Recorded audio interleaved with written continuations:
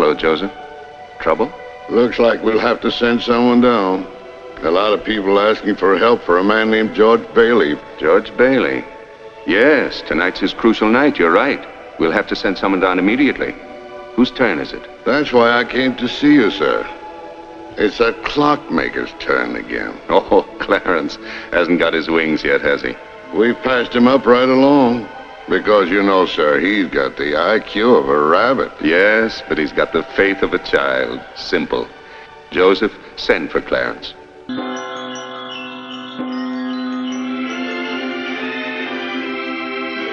It's a Wonderful Life is an iconic 1946 Christmas drama film directed by Frank Capra that was a box office disappointment, but would go on to be recognized as one of the greatest films of all time. On Christmas Eve 1945, in the fictional town of Bedford Falls, New York, George Bailey, played by James Stewart, is contemplating suicide. The prayers of his friends and family reach up to heaven, where guardian angel second-class Clarence Oddbody, played by Henry Travers, is assigned to save George and attempt to earn himself angel wings. Clarence is shown flashbacks of George's life, including events such as when he saved his younger brother from drowning. George saved his brother's life that day. But he caught a bad cold, which infected his left ear. Cost him his hearing in that ear. Or when he stopped a pharmacist from accidentally putting poison into a customer's prescription. You put something bad in those capsules. It wasn't your fault, Mr. Gower. Just look and see what you did. Look at the bottle you took the powder from. It's poison, I tell you, it's poison. I know you feel bad.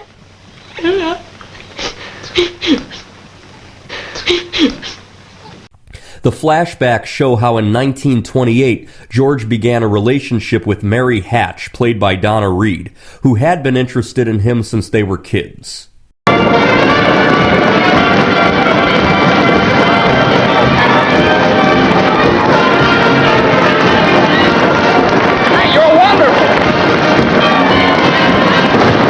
After his father's death, George postpones plans of touring the world before heading to college and begins to run the family business, Bailey Brothers Building and Loan.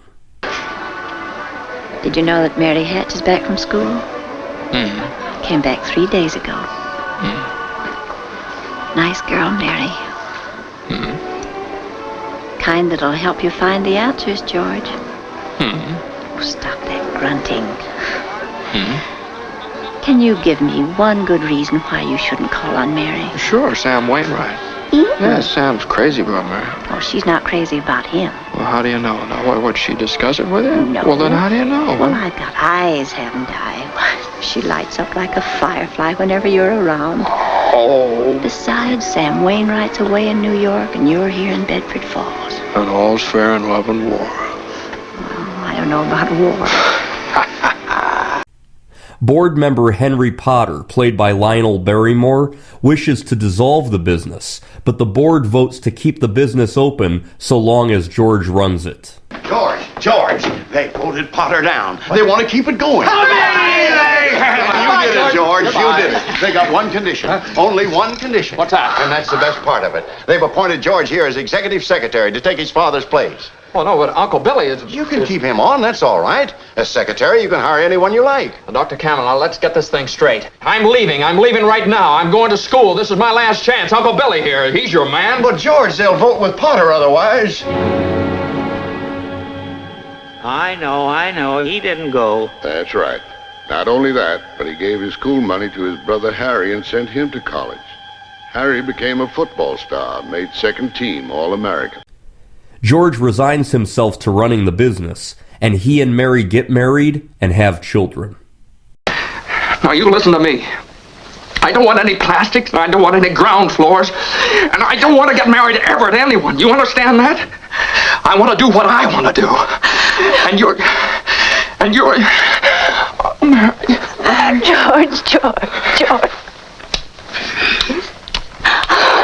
Mary. Oh, dear.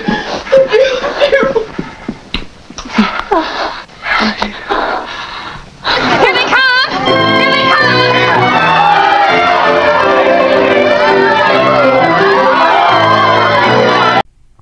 On Christmas Eve 1945, Potter steals money meant for a bank deposit for the business.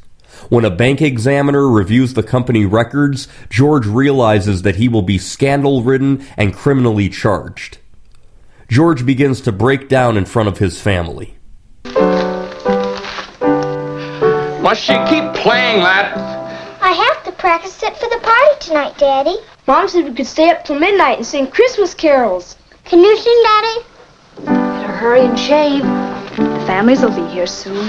Families? I don't want the families over here.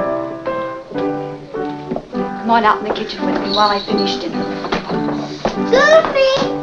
Excuse me! Have a hectic day? Oh, yeah, another big red letter day for the Baileys. Daddy, the Browns next door have a new car. You should see it. Oh, what's the matter with our car? Isn't it good enough for you? Yes, Daddy. Excuse me!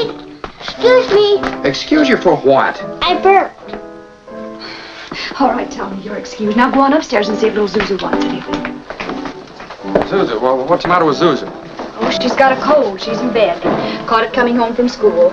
They gave her a flower for a prize, and she didn't want to crush it, so she didn't button up her coat. What is it, sore throat or what? Just a cold. The doctor says it's The nothing doctor? Was the serious. doctor here? Yes, I called him right away. He said it's nothing to worry Is she about. running a temperature? What is that? Just a teensy one. 99.6. She'll be all right. Of course, it's this old house. I don't know why we don't all have pneumonia. The drafty old barn of a place. Might as well be living in a refrigerator. Why do we have to live here in the first place and stay around this measly, crummy old town? George, what's wrong? Wrong, everything's wrong. You call this a happy family? Why do we have to have all these kids? Dad, how do you spell frankincense? I don't know. Why, ask your mother. Where are you going? Going up to see Zeus. Hi, Daddy. Well, what happened to you? I want a flower. Wait now, where do you think you're going? Want to give my flower a drink. All right. I'll give Dad the flower. I'll give it a drink. Get some sleep. I'm not sleepy. I want to look at my flower. I know, but you just go to sleep. And then you can dream about it. And it'll be a whole garden. It will.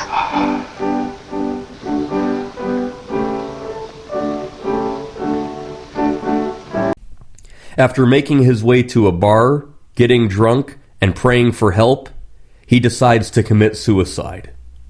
As he is about to jump into a freezing river, he sees Clarence dive in, and George rescues him. I knew if I were drowning, you'd try to save me. You see, you did. And that's how I saved you. Very funny. Your lip's bleeding, George. Yeah. I got a bust in the jaw in answer to a prayer a little bit ago. Oh, no, George. I'm the answer to your prayer. That's why I was sent down here. How'd you know my name? Oh, I know all about you. I've watched you grow up from a little boy. What are you, a mind reader or something? Well, who are you then? Clarence Oddbody, AS2. Oddbody. AS2, what's that AS2? Angel, second class.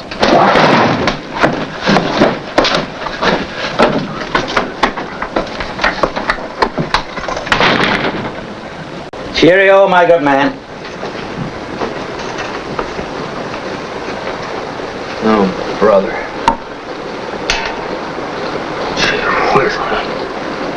I wonder what martini put in those drinks. Hey, what's with you? What'd you say just a minute ago? Why'd you want to save me? That's what I was sent down for. I'm your guardian angel. I wouldn't be a bit surprised. Ridiculous of you to think of killing yourself for money. $8,000. Yeah, now just things like that. Now, how do you know that? I told you I'm your guardian angel. I know everything about you. Well, you look about like the kind of an angel I'd get. Sort of a fallen angel, aren't you? What happened to your wings? I haven't won my wings yet. That's why I'm an angel second class.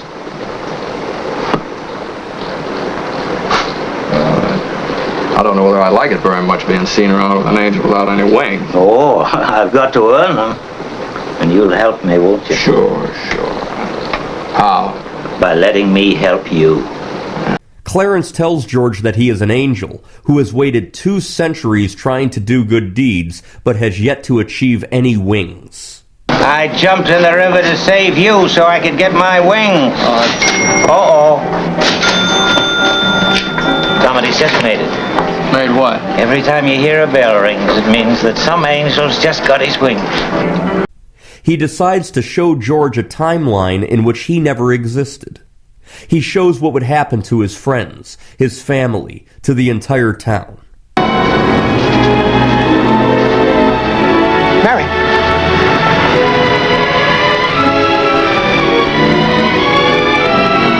Mary! Mary! Mary! Mary! Mary, it's George! Don't you know me? What's happened to us? I don't know you. Let me go. Mary, please! Oh, don't do this to me, please, Mary! Help me! Where's our kids? I need you, Mary!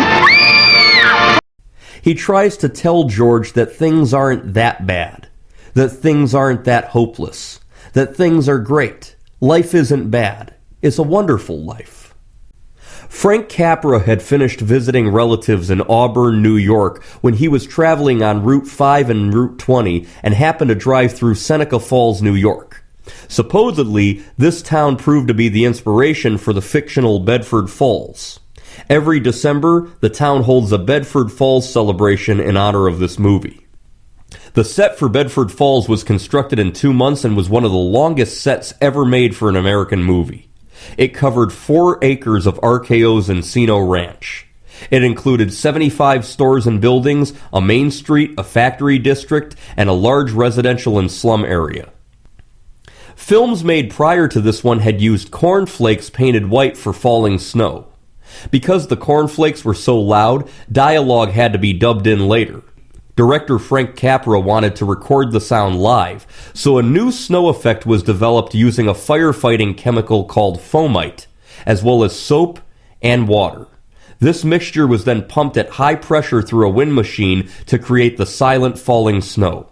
6,000 gallons of the new snow were used in the movie.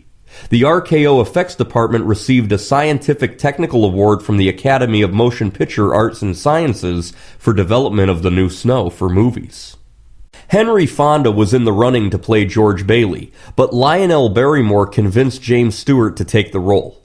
Despite feeling that he was not up to it so soon after coming back from World War II, James Stewart signed up to do the film on November 5, 1945.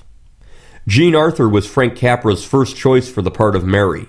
Other actresses considered for the role included Olivia de Havilland, Martha Scott, and Anne Vorschach. Ginger Rogers allegedly turned down the role because she thought the character was too bland. Lorraine Day was offered the part, and it would end up going to actress Donna Reed in her first starring role. Both Jimmy Stewart and Donna Reed came from small towns, Stewart from Indiana, Pennsylvania, and Reed from Denison, Iowa. James Stewart was nervous about the phone kiss scene because it was his first on-screen kiss since his return to Hollywood after World War II. Stewart filmed the scene in only one unrehearsed take, and it worked so well that part of Donna Reed and Jimmy Stewart's kiss was actually cut because the censors thought it was too passionate. Despite being set at Christmas, the movie was filmed during a heat wave. It got to be so hot that director Frank Capra gave everyone a day off to recuperate.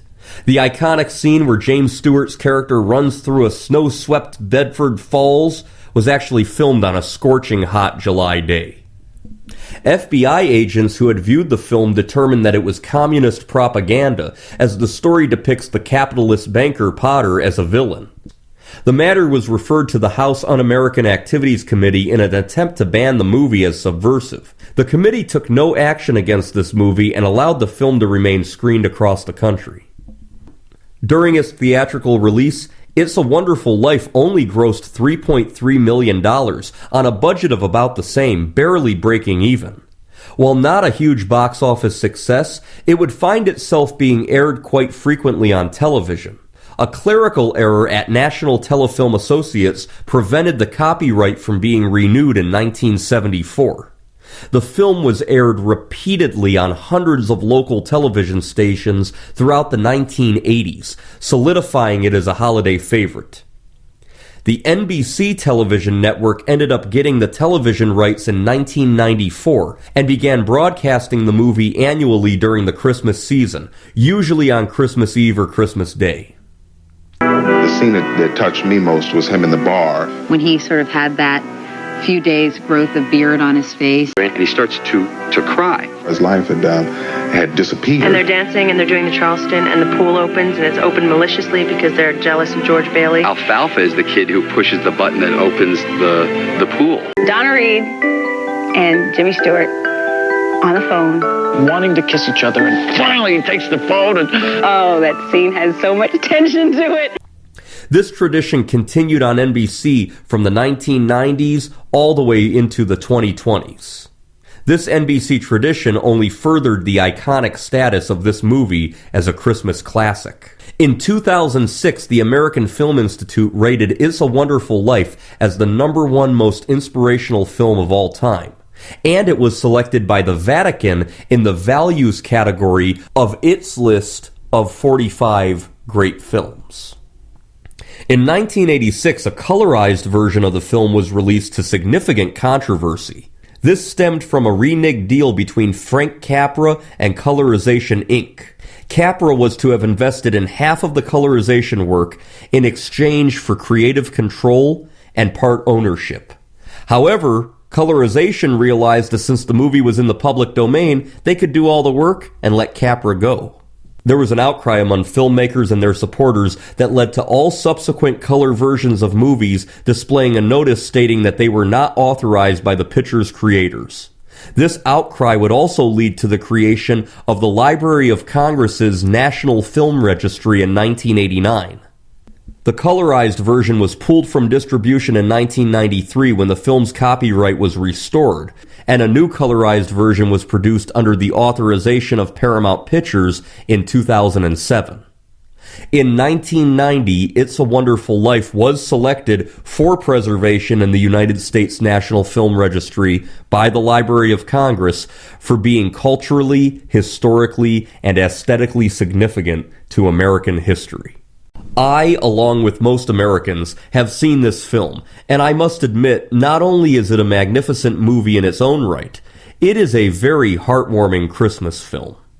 It's a movie that actually makes me cry, particularly at the end scene when George receives a book signed by Clarence, thanking him for the wings that he had waited 200 years to achieve. Very heartwarming, and it does get me almost every time. That's a Christmas present from a very dear friend of mine. Look, Daddy, teacher says every time a bell rings, an angel gets his wings. That's right. That's right. Attaboy, Clarence. This film is iconic, fantastic, and an obvious 10 out of 10 stars. I highly recommend the American Christmas classic, It's a Wonderful Life.